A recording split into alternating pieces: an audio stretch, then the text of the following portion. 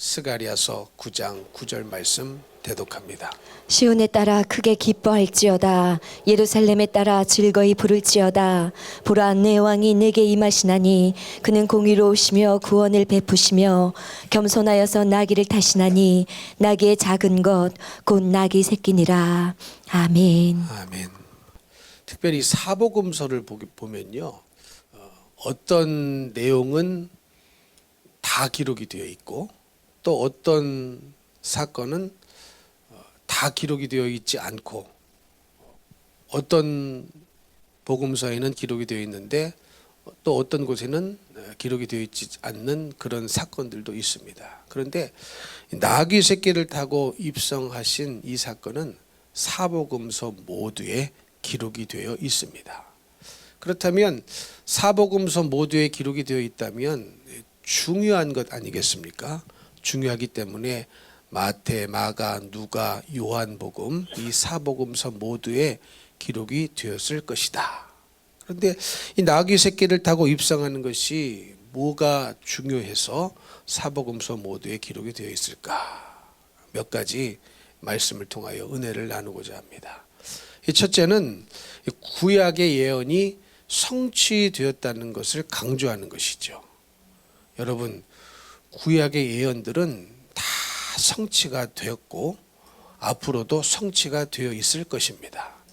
오늘 구약 말씀 읽으신 스가랴 9장 9절 말씀에 보니까 우리 예수님을 이제 예언하는, 그분이 오심을 예언하는 구절인데 뭐라고 써 있습니까? 보라, 내 왕이 내게 임하시나니 그는 공의로우시며 구원을 베푸시며 겸손하여서 무엇을 타시나니 나귀를 타시나니 나귀의 작은 것 곧 나귀 새끼니라. 그러니까 나귀 새끼를 타고 예루살렘 성에 입성하실 것을 이미 구약 성경에 예언하셨단 말이죠. 그리고 그 예언 그대로 예수님이 이 땅에 오셨습니다. 그리고 예루살렘 성에 나귀 새끼를 타고 들어가셨다라는 것이죠. 그래서 구약의 예언이 성취됐다는 것을 강조하죠. 그러면 여러분, 성경은 절대로 허구가 아닙니다. 소설이 아니에요. 꾸며낸 얘기가 아니고 반드시 옛날에 일어났던 사건들이고 또 구약의 또 신약에 예언된 모든 말씀들은 이미 실현되어졌고 또 앞으로도 실현되어질 것이다 라는 것을 우리는 믿는 것이죠.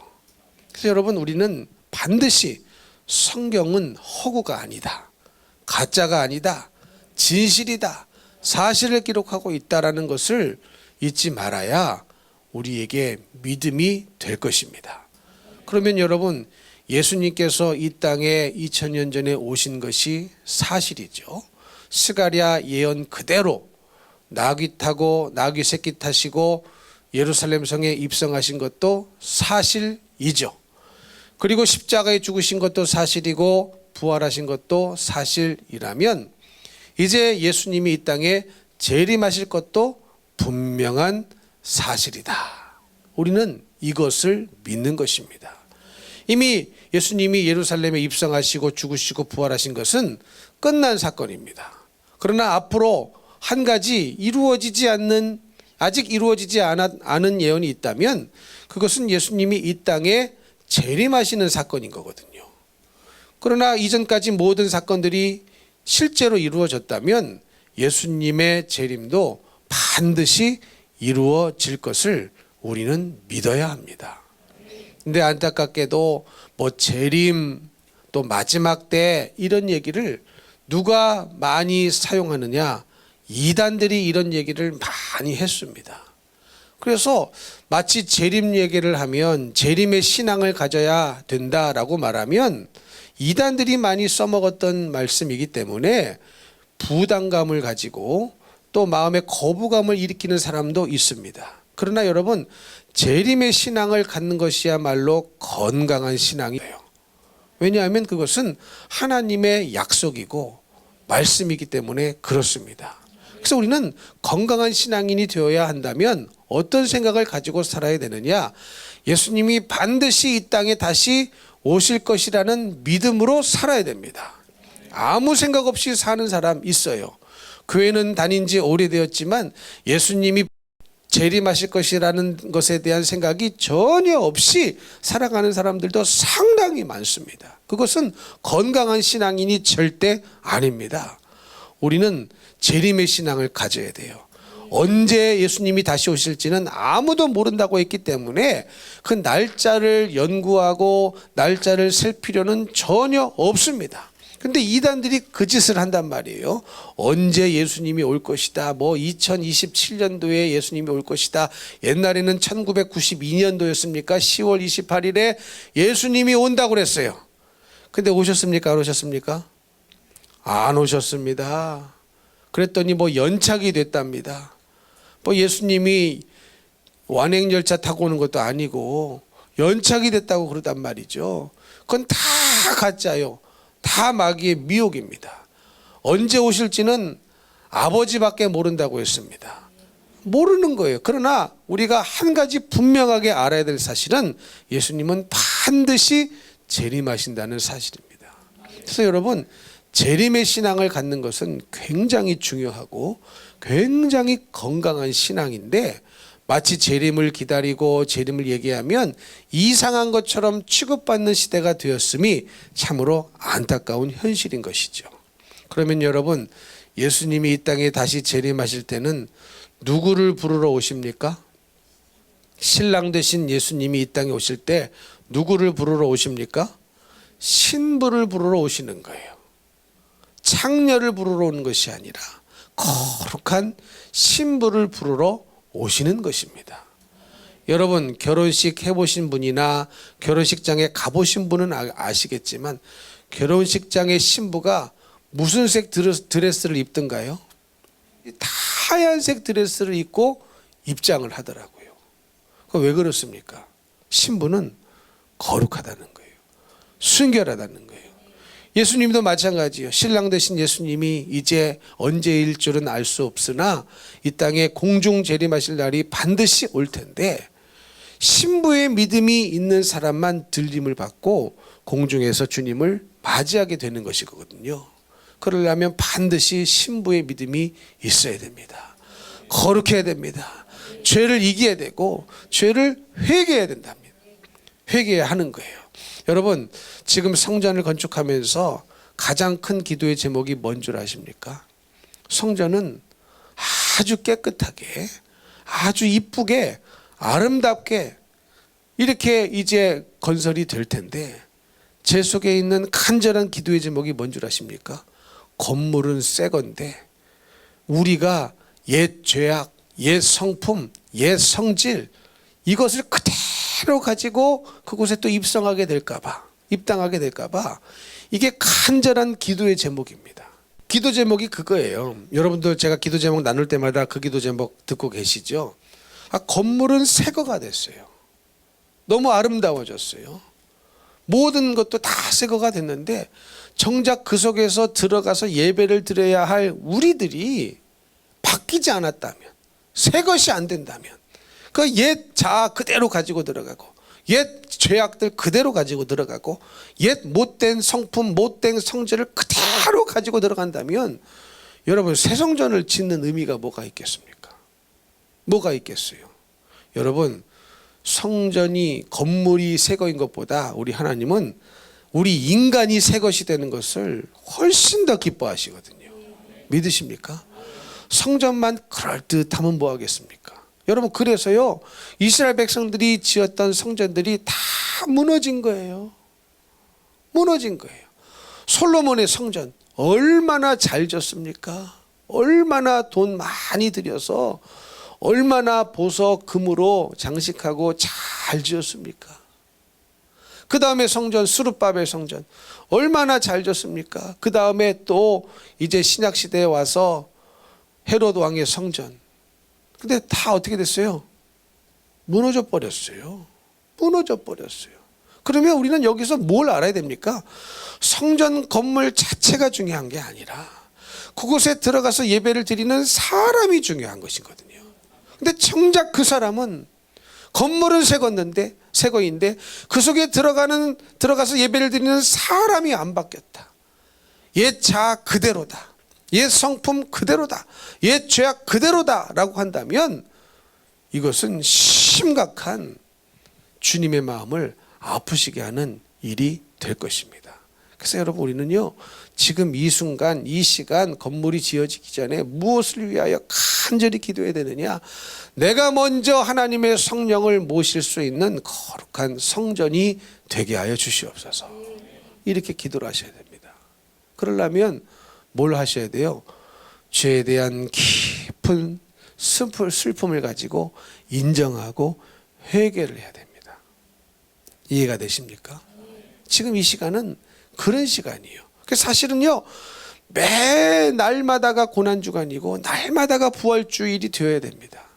그냥 고난주간 일주일, 부활주일 한 주일 하고 끝나는 것이 아니라 날마다 고난주간. 왜요? 우리 예수님이 뭐 때문에 죽으셨습니까? 왜 죽으셨습니까? 본디오 빌라도에게 고난을 받은 것이 아니에요. 사실은 내 죄 때문에 고난을 당하신 거예요. 본디오 빌라도는 오히려 예수님을 살려주려고 했습니다. 그거 못하게 유대인 종교 지도자들이 막아서 기어이 십자가에 못 박아 죽여버리지 않습니까? 그러니까 본디오 빌라도에게 예수님이 사실은 고난을 받은 게 아니시고 내 죄 때문에 고난을 받으셨단 말이에요. 근데 여러분, 우리는 어떻게 생각하는 줄 아십니까? 온 인류의 죄를 대신 지시고 죽으신 예수님, 그 인류의 죄 속에 내 죄를 살짝 감춰놓습니다. 살짝 감춰놓으니 아무 감각이 없는 거예요. 주님과 1대1의 관계를 맺고, 예수님이 죽으신 것은 100% 나를 위해서 죽으신 것이고 100% 나를 살리시기 위하여 이 땅에 오시고 죽으신 것이라는 것에 대한 감각이 있어야 되는데, 우리는 그저 온 인류를 위해서 죽으시고 온 인류의 그 죄 속에 내 죄를 감춰놓고 살아가고, 정말로 그분이 100% 나 때문에 오셨고 100% 나 때문에 죽으셨다는 감각이 없으면 우리는 짓던 죄 또 짓고 또 짓고 또 짓고 그렇게 살다가 망하는 인생이 되고 말아버립니다. 여러분, 이게 무슨 말이냐 한번 생각해 보세요. 이 부부가 있지 않습니까? 그런데 예를 들어서 남편이 바람을 피웠어요. 바람을 피워가지고 부인 마음을 굉장히 아프게 했습니다. 근데 바람을 피울 때는 그 생각을 못해요. 처음에는 왜 아내가 이것 때문에 아플까라는 생각을 못하냐면은 불륜의 기쁨이 크기 때문이죠. 새로운 사랑을 만나가지고 열심히 불륜이 생겨나는 이 새로운 여인을 만나가지고 이 사랑을 나누는 그 기쁨에 빠져가지고 이것 때문에 내 아내가 얼마나 아플 것이라는 생각을 못합니다. 그러다가 이게 깨달아지는데, 그러면 어떤 생각이 찾아오느냐, 아, 내가 이 불륜을 저지르는 것 때문에 내 아내가 정말로 마음이 아팠겠구나, 정말로 힘들었겠구나, 정말로 죽고 싶을 정도로 마음이 고통스러웠겠구나, 이런 마음이 들어요, 안 들어요? 아, 든단 말이죠. 그럴 때 그 죄가 끊어지는 거거든요. 그럴 때 아내에게 용서를 구하는 거거든요. 그럴 때 죄가 용서함을 받는 거거든요. 근데 여러분, 주님과의 관계를 그렇게 못 맺는 거예요. 1대1의 인격적인 관계를 못 맺어요. 아내와 남편은 1대1의 인격적인 관계를 맺으니까 배우자에게 죄를 졌다가도 그게 굉장히 깨달아지면서 상대방의 이것 때문에 얼마나 아팠을 것인가에 대한 이 감각이 온단 말이죠.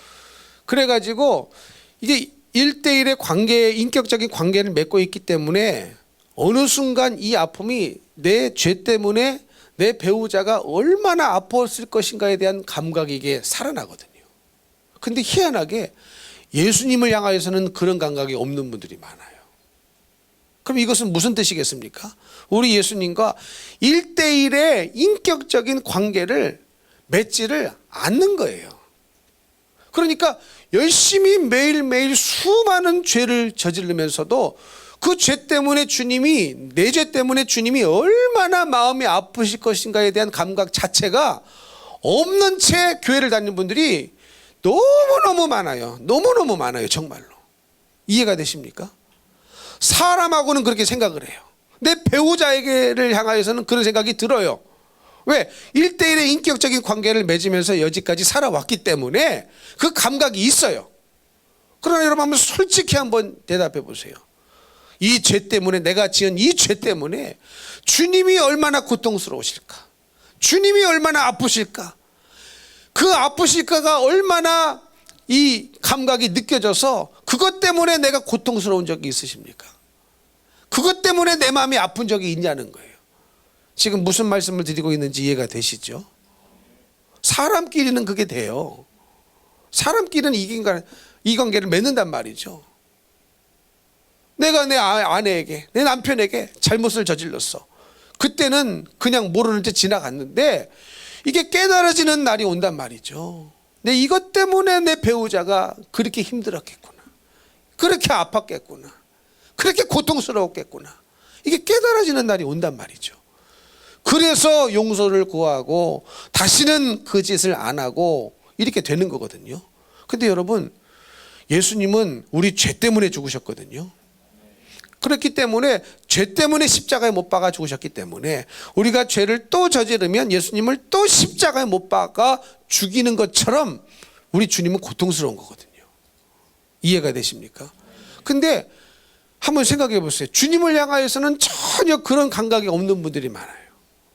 내 배우자를 향하여서 혹은 내 자식을 향하여서는 이것 때문에 내 자식이 얼마나 힘들었을까 이런 생각이 할 때가 옵니다. 부모를 향하여서도 내가 이런 죄 때문에 우리 부모님이 얼마나 아팠을까 이거 아는 때가 온단 말이죠. 근데 신앙생활을 수십 년 했는데도 내 죄 때문에 주님의 마음이 얼마나 아프셨을까에 대한 그것이 느껴지면서 심히 내 심령이 고통스럽고 심히 내 심령이 아픈 경험을 하신 분들이 많지 않아요. 많지 않아요. 그게 느껴졌다면 그 죄가 끊어졌겠죠.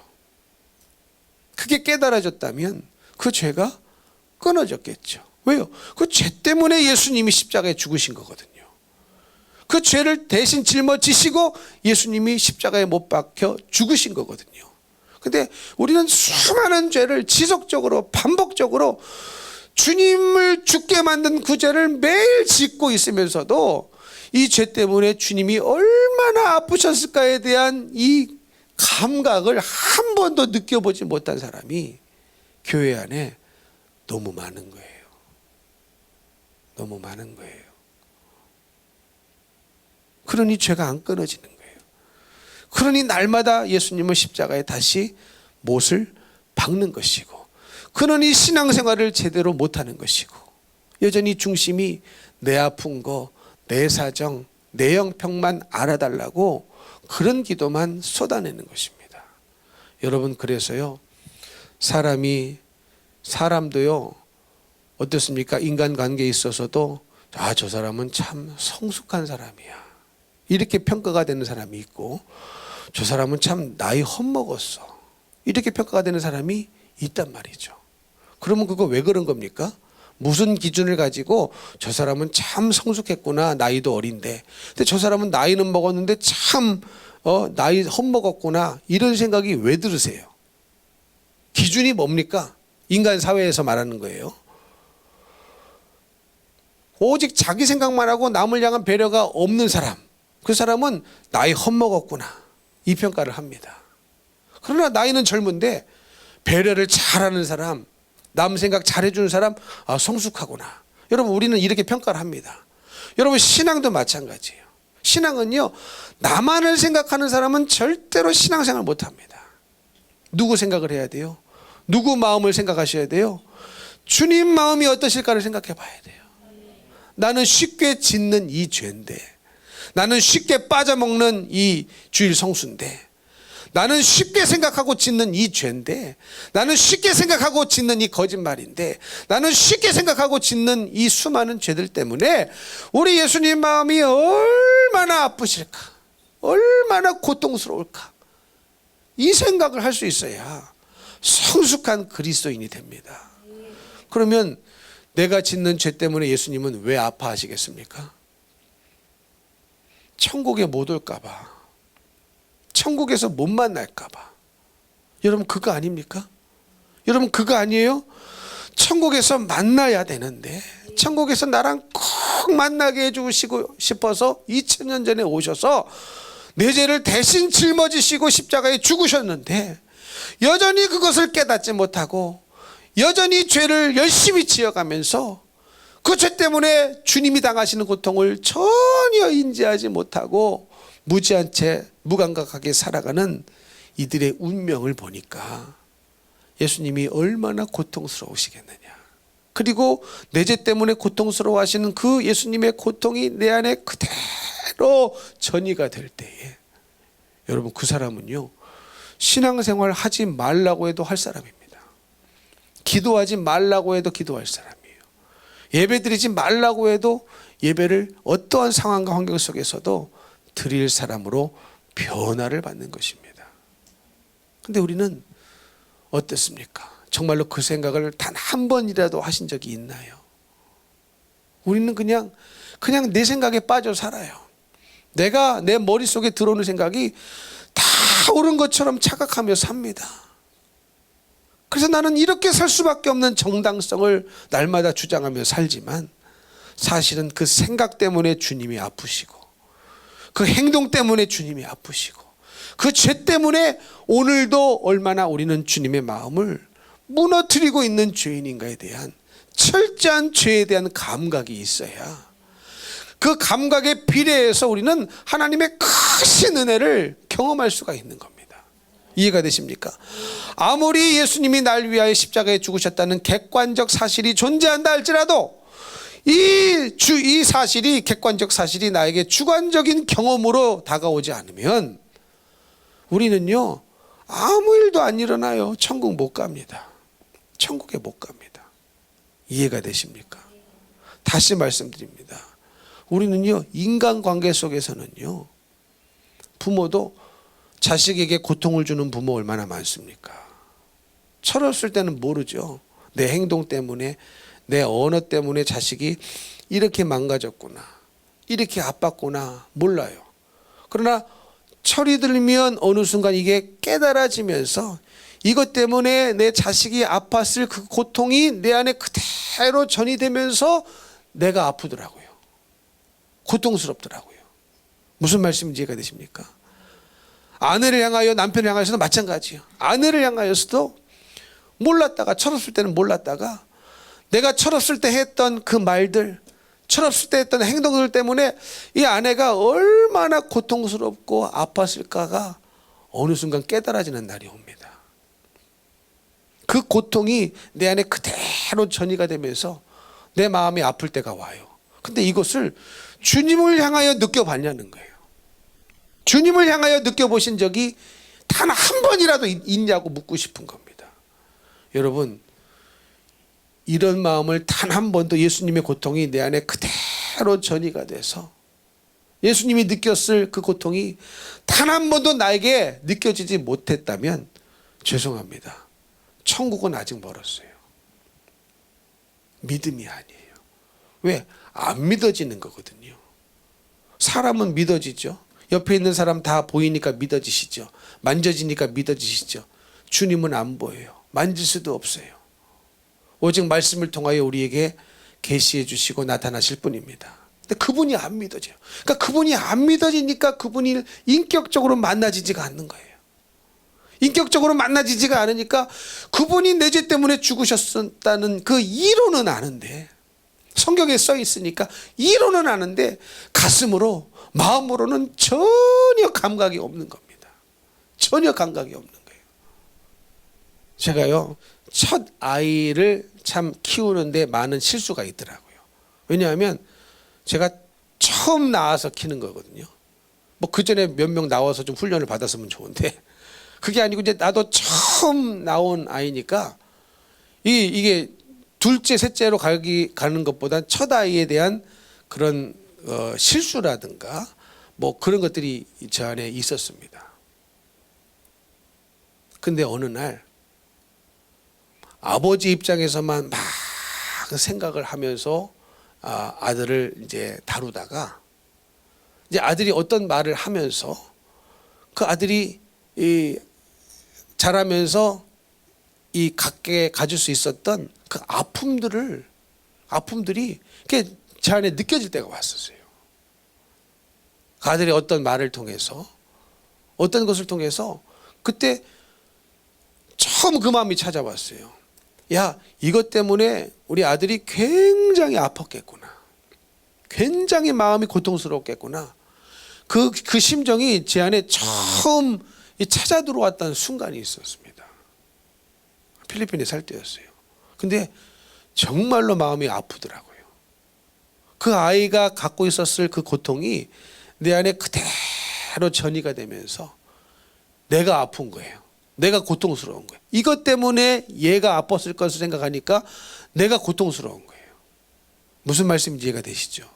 근데 이런 마음을 우리는 100번이고 1000번이고 사람한테보다 우리 예수님께 가져야 되는 것이 사실은 너무나 마땅한 거거든요. 여러분 그렇지 않습니까? 예수님은요 우리의 죄를 이만저만 다 사하여 주신 게 아니에요.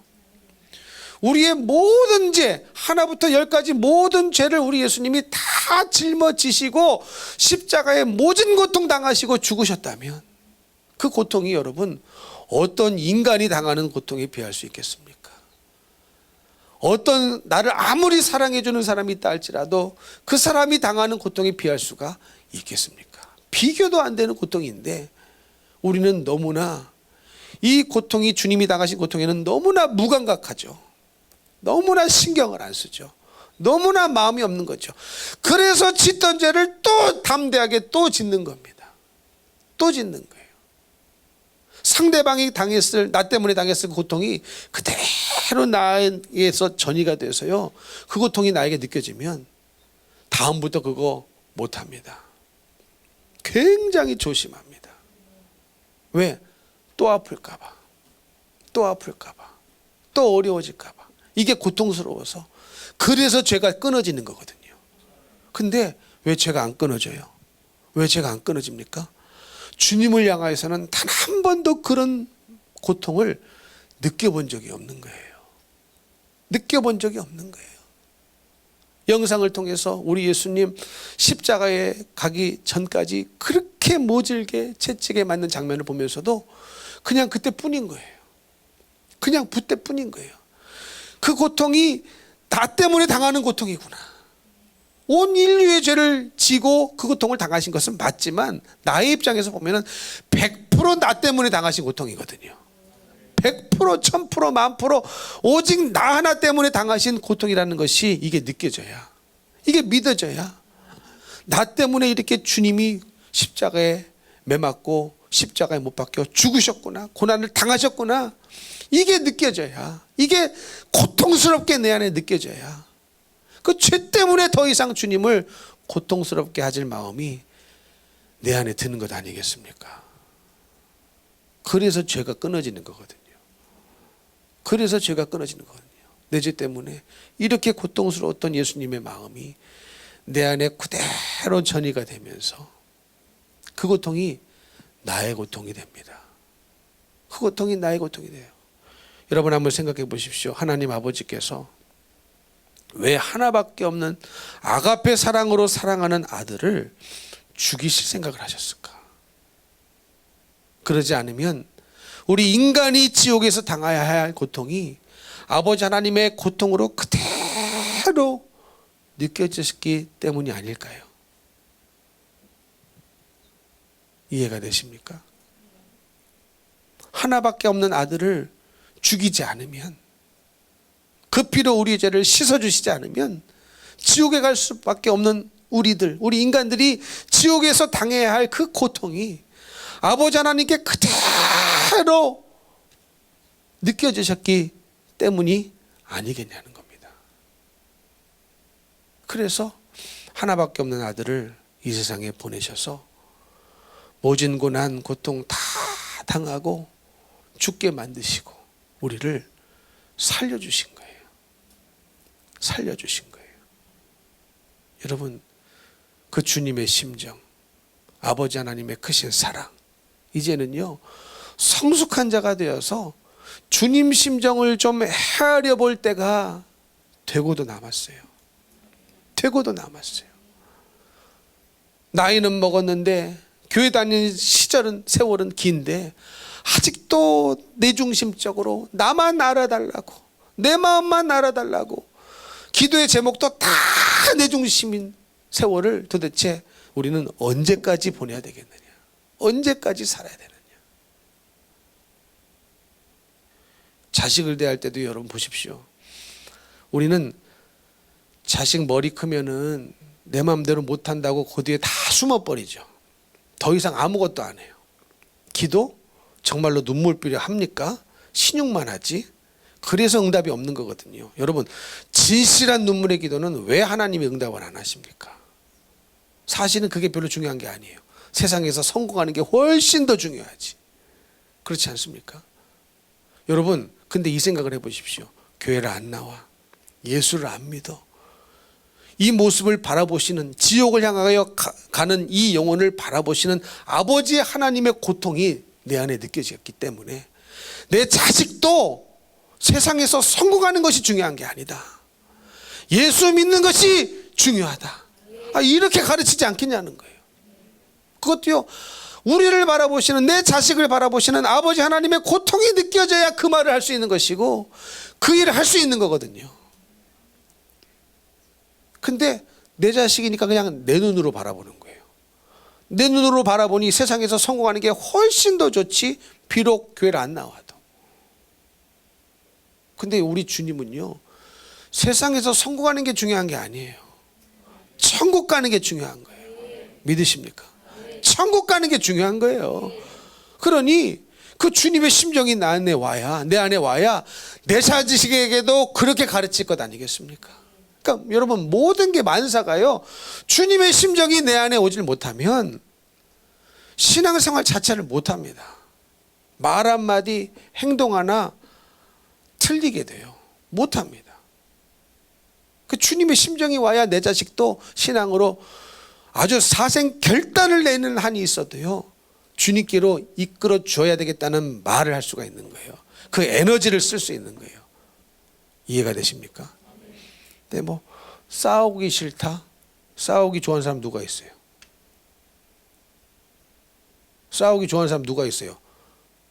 여러분, 본인만 고고하고 본인만 세련돼서 그런 겁니까? 여러분, 누가 싸우고 싶어 합니까? 그러나 마귀 역사는 싸우셔야 됩니다. 근데 그 싸울 수 있는 힘이 어디서 온 줄 아세요? 그것도요, 주님의 심정이 느껴져야 그 싸울 힘이 생겨요. 내가 내 자식이라고 내 눈으로 바라보니까 진짜 가당치도 않는 헛사랑으로 바라보니까 그 영혼이 안 불쌍한 거예요. 근데 주님은 항상 노심초자 처음부터 끝까지 지옥 갈까 봐 그 마음을 갖고 계시는 거거든요. 세상에서 성공하는 거, 그거요, 별거 아닙니다. 여러분, 성공했다고 100년 살고 성공 못해도 100년 살고 죽어요. 그렇지 않습니까? 100년 견디면 됩니다. 이해가 되십니까? 무슨 말씀이신지?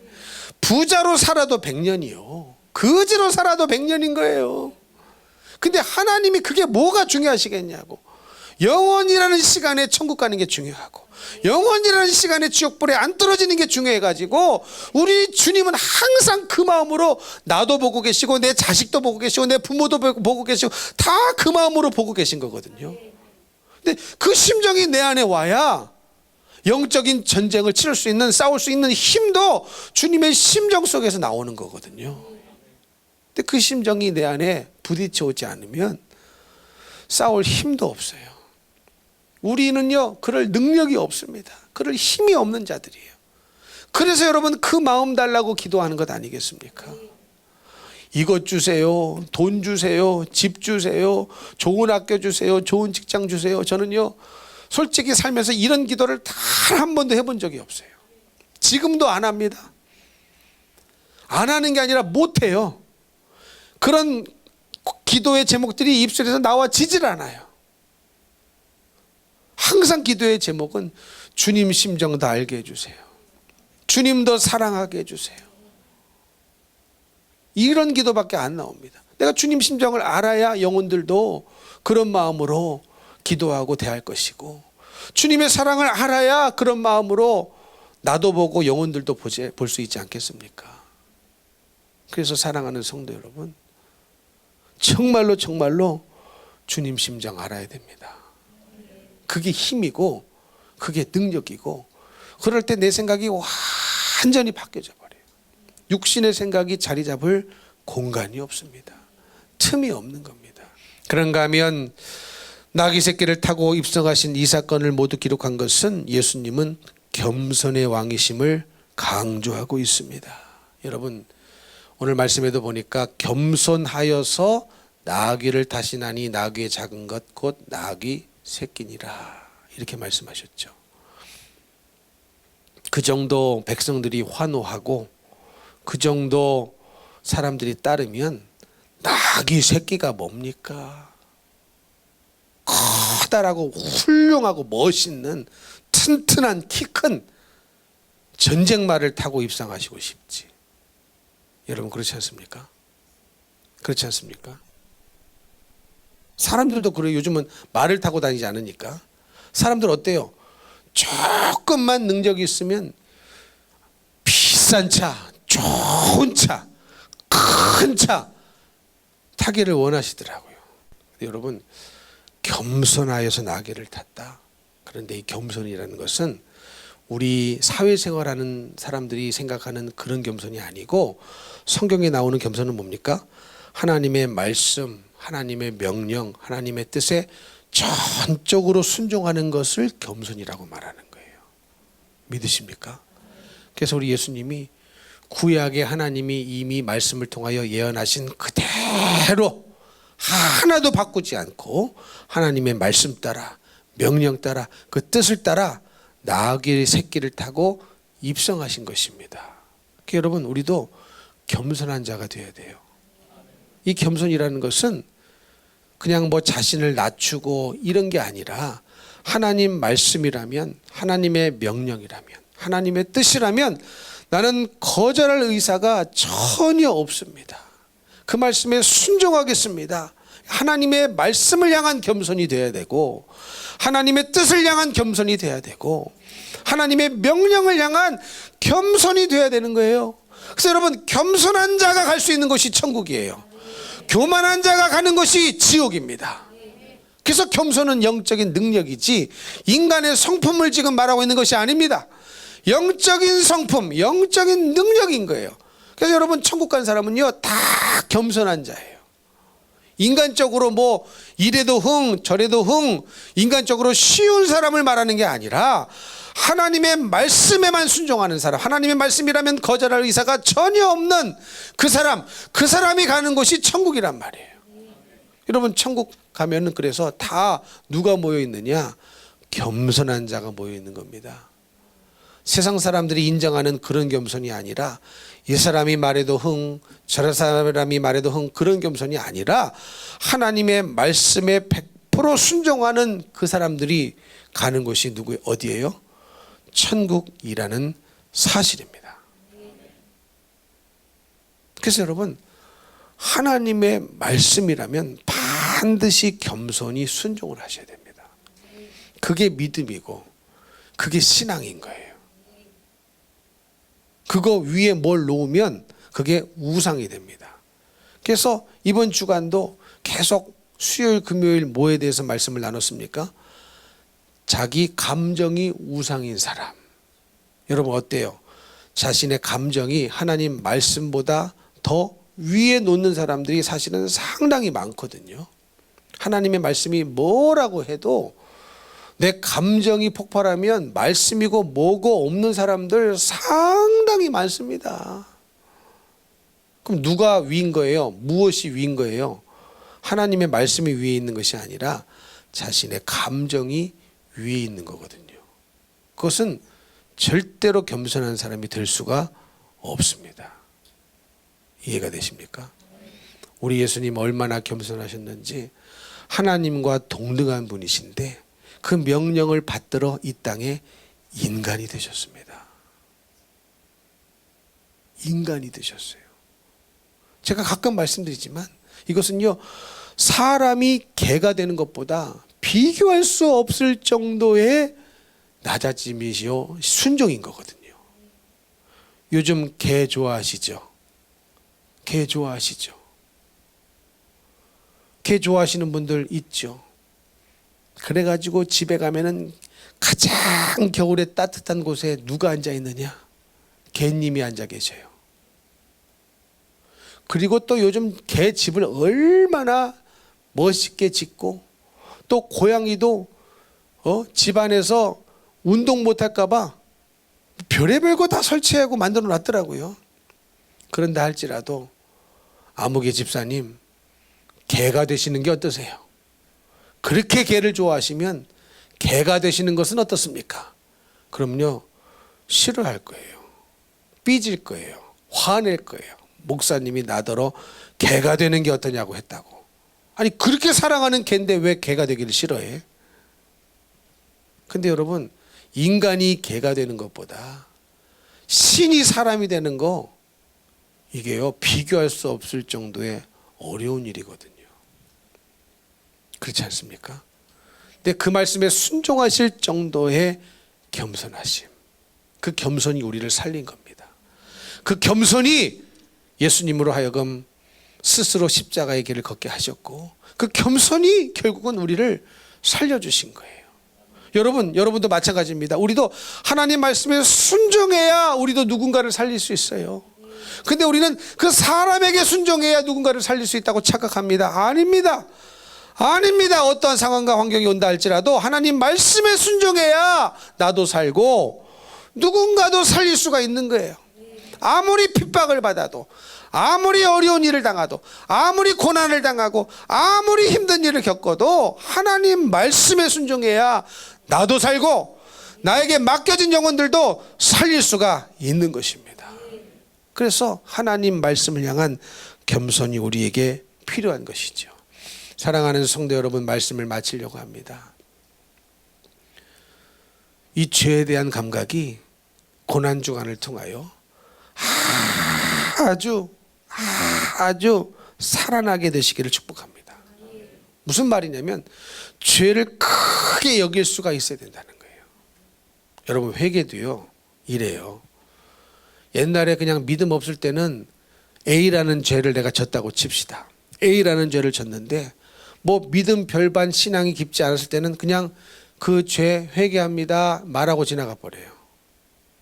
근데 주님을 뜨겁게 만나고 신앙이 깊어지면 그 옛날에 지었던 A라는 죄가 굉장히 나에게 크게 다가옵니다.